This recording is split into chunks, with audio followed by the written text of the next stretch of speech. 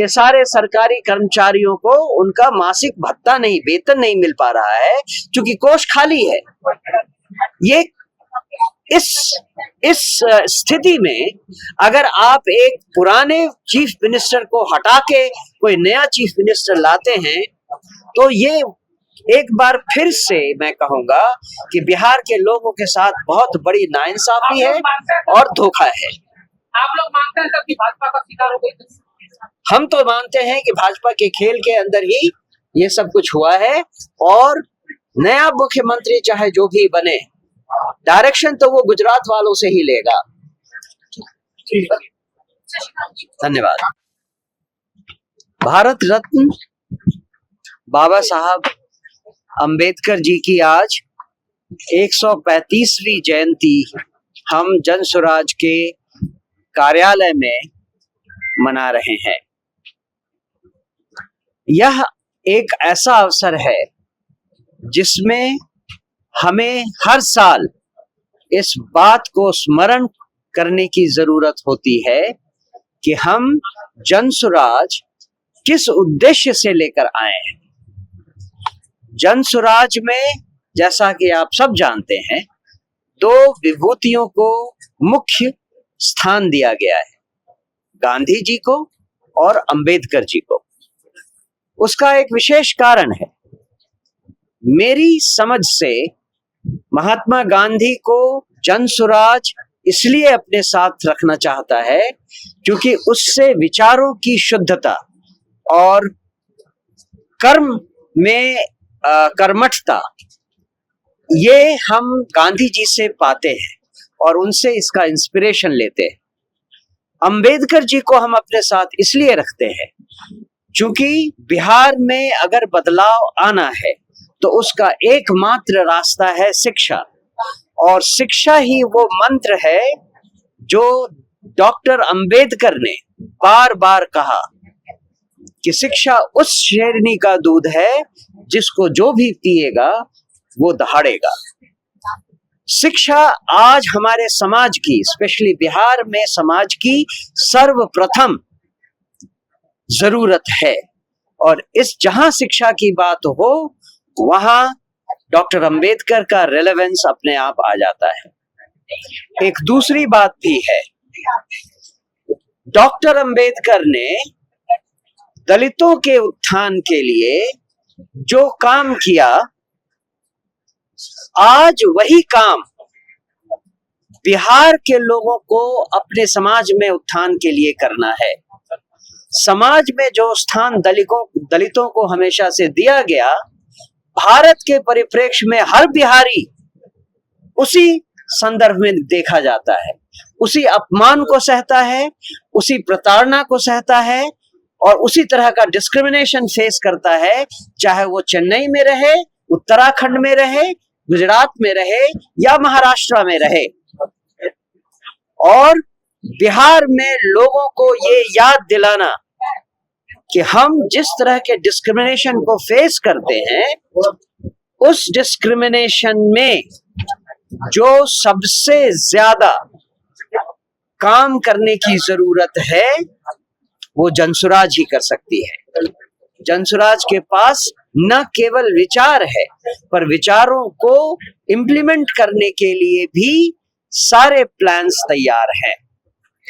चाहे वो दलित हो जिनको नीतीश बाबू की सरकार ने आज से 20 साल पहले 3 डेसिमल जमीन देने की बात की थी, या हर दलित के घर में शिक्षा की लौ जगह इसकी बात की थी।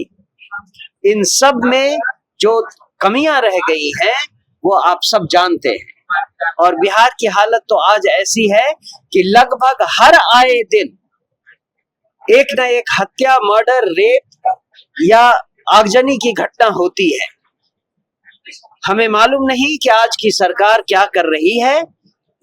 आज अंबेडकर जयंती में हम इस बात को भी ध्यान देंगे कि बिहार के बदलाव की जो लौ जगी है उसे हम आगे बढ़ाए रखें, जिंदा रखें और आगे लोगों को भी इसके बारे में बताते रहें। नीतीश कुमार आज इस्तीफा दे रहे हैं, 21 साल के बाद सीएम की कुर्सी छोड़ेंगे नीतीश कुमार।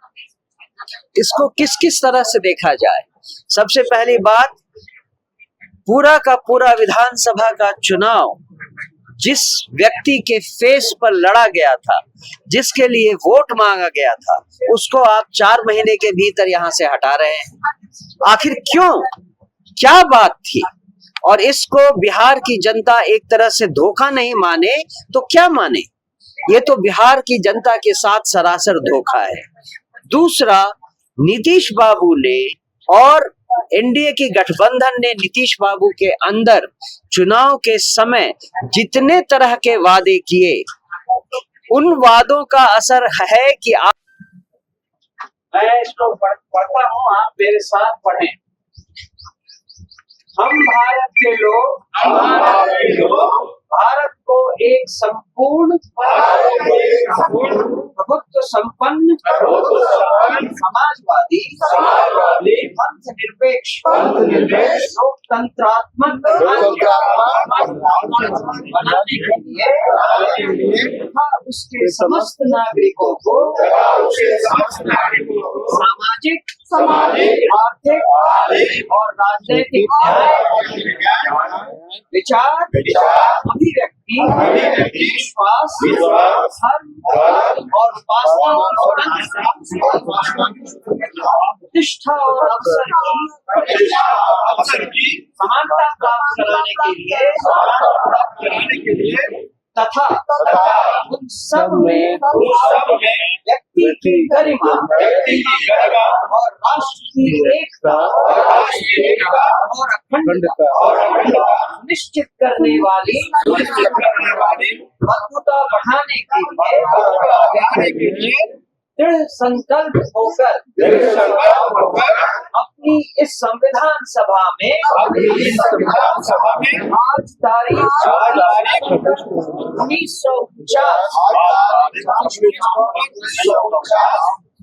को एकल द्वारा संविधान को अंगीकृत, अधिनियमित और आत्मार्पित करते हैं।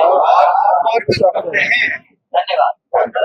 के शुभ अवसर पे हम तमाम जो जन स्वराज के कार्यकर्ता हैं, पार्टी के सभी सदस्य हैं, उनके तरफ से सभी बिहार वासियों, देशवासियों को हार्दिक बधाई।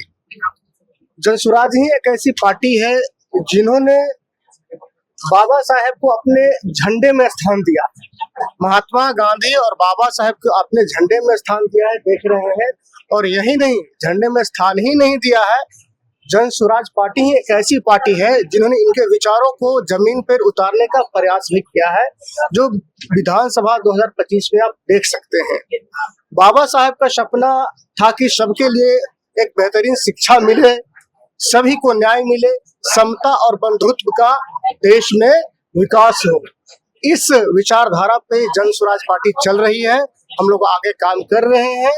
हमारी पार्टी निरंतर, चाहे दलित की मुद्दे हो, महिलाओं का मुद्दा हो, या देश के सबसे जो पिछड़ा प्रदेश बिहार, उसके विकास का मुद्दा हो, इस मुद्दे को हम लोग जमीन पर उठाते रहे हैं। और अंबेडकर जी का यही सपना था कि देश में विकास का जो धारा है उस जमीनी स्तर पर पड़े, जो अभी भी विकास के धारा से मुख्य रूप से बहुत दूर हो चुके हैं।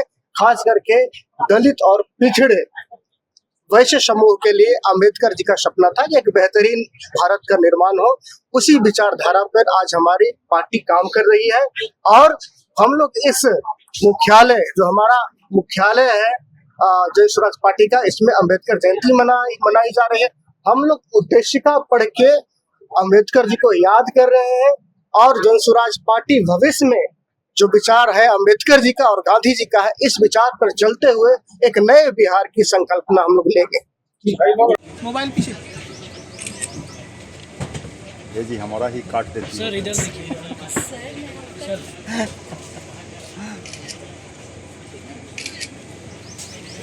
Thank you.